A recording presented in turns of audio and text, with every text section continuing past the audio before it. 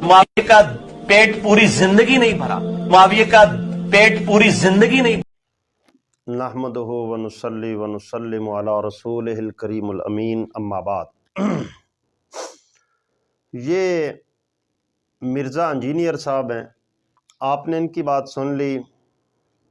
कभी ये कहते हैं कि सैयदना मुआविया रज़ी अल्लाह ताला अन्हु पर तान और एतराज़ करते हुए कि उनका पेट कभी नहीं भरा, और कभी ये कहते हैं कि सैयदना मुआविया रज़ी अल्लाह ताला अन्हु की इनफरादी फजीलत कोई साबित नहीं है। हालांकि नबी अलैहिस्सलातु वस्सलाम के किसी शख्स का सहाबी होना ही उसके अफजल होने, उसके मुक़द्दस होने और उसके आला होने के लिए इतना ही काफ़ी है।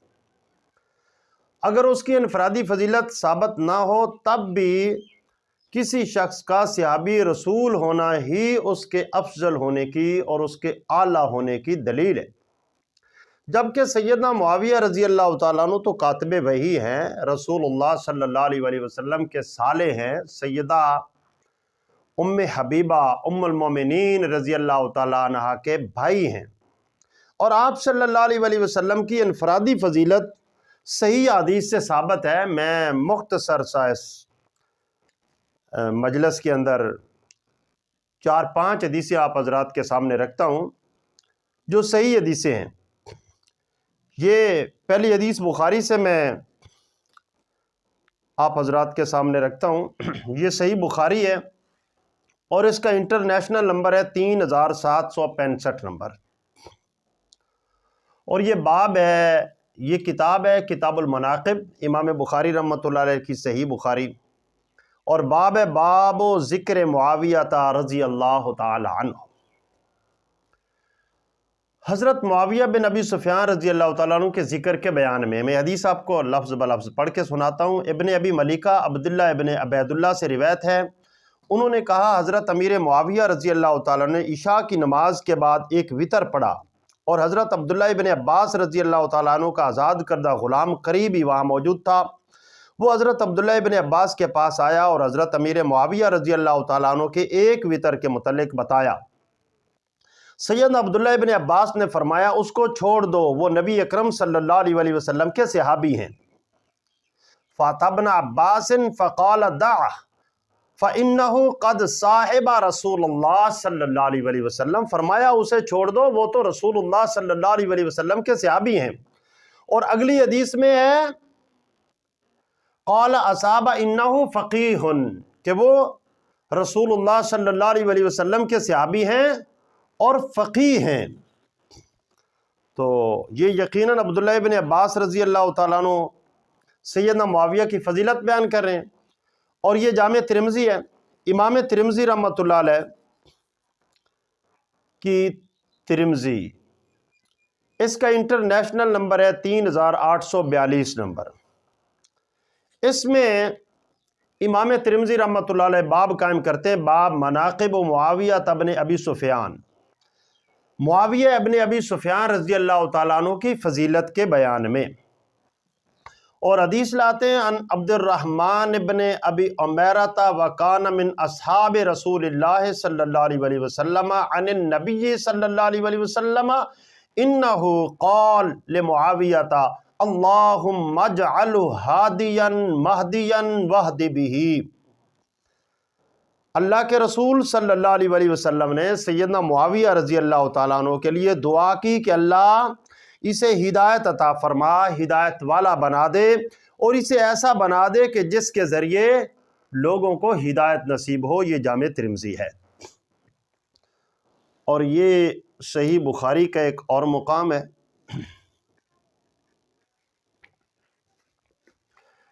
ये बुखारी है और इसके अंदर इसका जो इंटरनेशनल नंबर है बुखारी का वो है 2924 नंबर, 2924 नंबर है।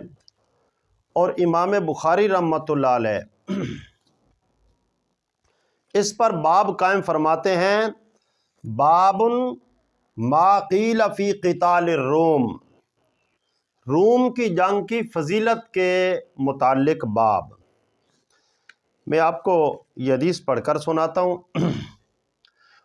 عمیر بن اسود انسی نے بیان کیا کہ وہ حضرت عبادہ بن صامت رضی اللہ تعالیٰ عنہما کے پاس آئے، حالانکہ وہ حمص کے کنارے اپنے مکان میں فروکش تھے اور آپ کی زوجہ ام حرام بنت ملحان آپ کے ہمراہ تھیں۔ عمیر بن اسود انسی نے کہا، ہم کو ام حرام نے بیان کیا کہ انہوں نے نبی اکرم صلی اللہ علیہ وسلم کو فرماتے ہوئے سنا، میری امت کا پہلا لشکر جو دریا میں جنگ کرے گا تو ان پر جنت واجب ہے۔ اس کے الفاظ ہیں، ام حرام انہا سمعت النبی صلی اللہ علیہ وسلم یقول اول جیش من امتی یغزون البحر قد اوجبوا، میری امت کا پہلا لشکر جو سمندری جہاد کرے گا اللہ تعالیٰ نے اس کی بخشش واجب کر دی ہے، اس کے لیے جنت واجب ہو گئی ہے۔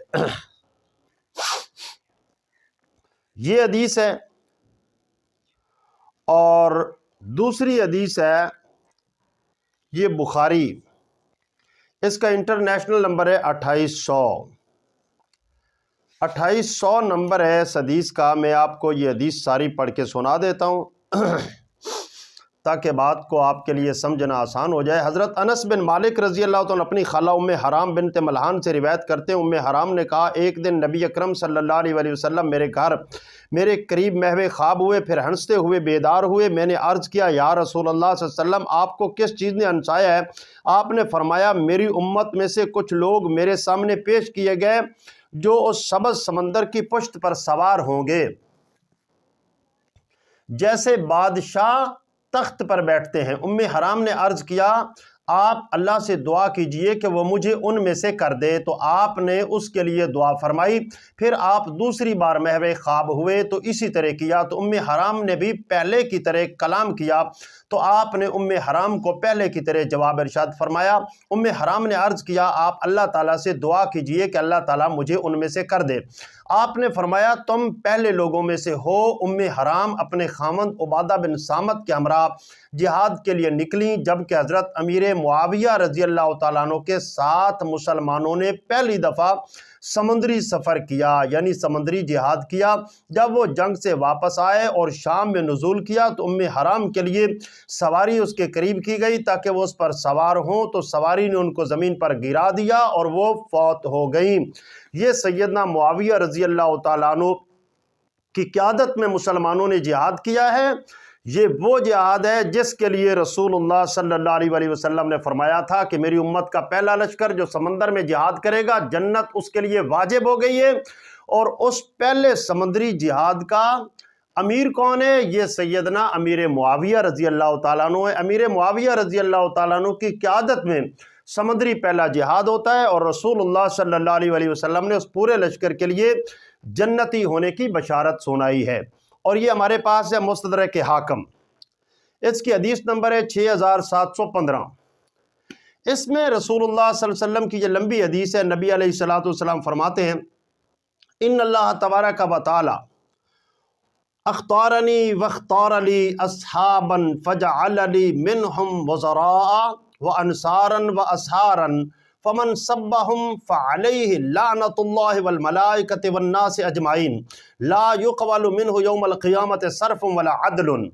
فرمایا اللہ کے رسول صلی اللہ علیہ وسلم نے کہ یہ میرے اصحاب ہیں، ان میں سے کچھ کو اللہ نے میرے مہاجر بنا دیا، کچھ کو انصار بنا دیا، کچھ کو اللہ تعالیٰ نے میرے مددگار بنا دیا، اور کچھ کو واسحارا اللہ تعالیٰ نے میرے سسرال بنا دیا۔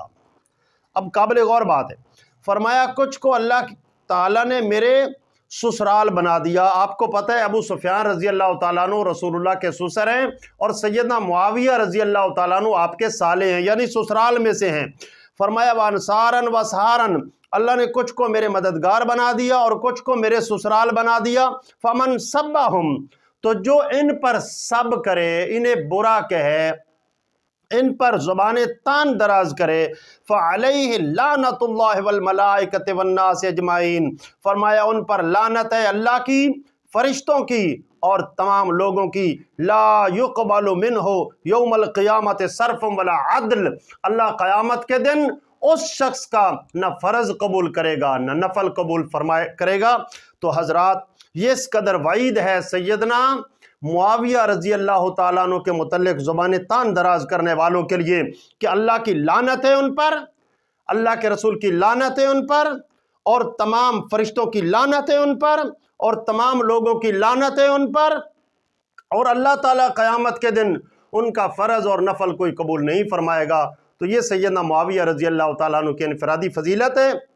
सैयदना मुआविया रजी अल्लाह ताला अन्हु कातिब वही हैं और अल्लाह के रसूल सल्लल्लाहु अलैहि वसल्लम के साले लगते हैं।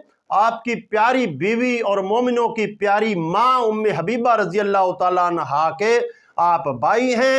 तो आपके साथ मोहब्बत करना मुसलमानों के लिए इसी तरह ज़रूरी है जिस तरह अबू बकर और उमर के लिए मोहब्बत है, जिस तरह उस्मान और सैयदना अली रज़ी अल्लाह ताला अन्हु के साथ मोहब्बत करना ज़रूरी है, जिस तरह सैयदना हसन और हुसैन के साथ मोहब्बत ज़रूरी है, इसी तरह मेरे भाइयों सैयदना मुआविया रज़ी अल्लाह ताला अन्हु के साथ भी मोहब्बत ज़रूरी है।